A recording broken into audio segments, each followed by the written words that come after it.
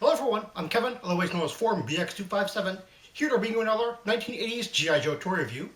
And today I'll be taking a look at the Cobra Battlefield Technician, the 1987 Techno-Viper. Now, the Techno-Viper makes his first comic book appearance in the old Marvel comic run in issue number 63. Unfortunately, like a lot of 1987 and 1988 characters, he has no cartoon appearances.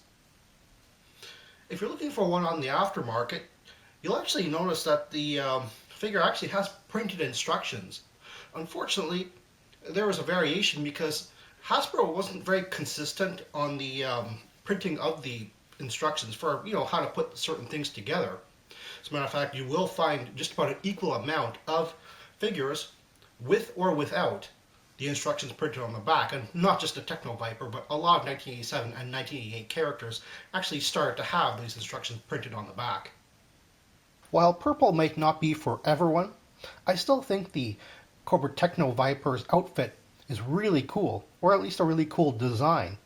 One of the reasons why I'm emphasizing this is because here's Cobra's other technical and support department figure, the Televiper. And I've always wondered exactly what entices someone with technical skill over to the ranks of Cobra when the outfit is as boring as this. You don't have to worry about that with the Techno-Viper. The Techno-Viper comes with a phase pulse plasma rifle. As you can see, it's hooked up with this standard wire, which is a hookup wire, and you actually get two of those. And of course you can just pop it off the wire for a closer look.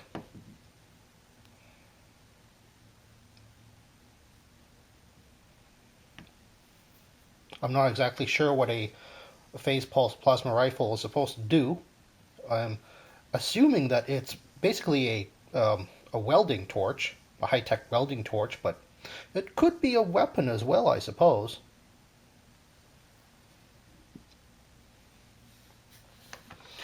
Both of these hookup wires attach to the backpack. I'll just remove the backpack now. And you can actually see the backpack has a sort of a handle on top, but it's really thick. I would really not recommend using that as a handhold for the figure's hands, because I'm pretty sure that would snap off the thumb. In the slots, we have what I believe is the hydraulic clamp. It also has a peg on the end, so you can use the second wire just to attach to this.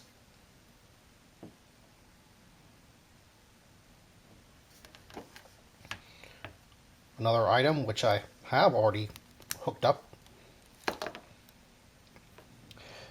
is the Vario wrench.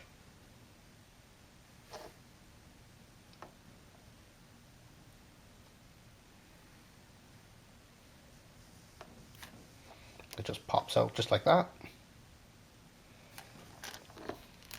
And lastly, we have the forged steel sledgehammer.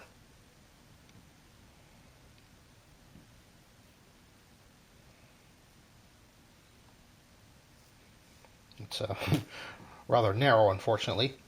And all of these fit on the figure's hands relatively well, even with the attached hookup wires kind of tugging on these things. The figure still holds it rather well.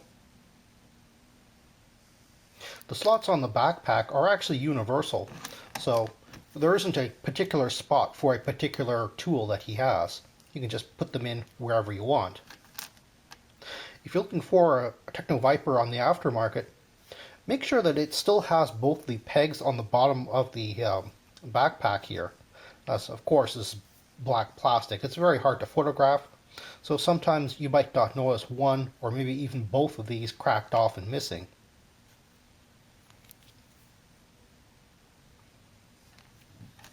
Again, if you're looking for one on the aftermarket, be sure that it has all its silver paint. It is we're still in the era where Hasbro has a problem with the silver paintwork, and this type of silver just rubs off really easily.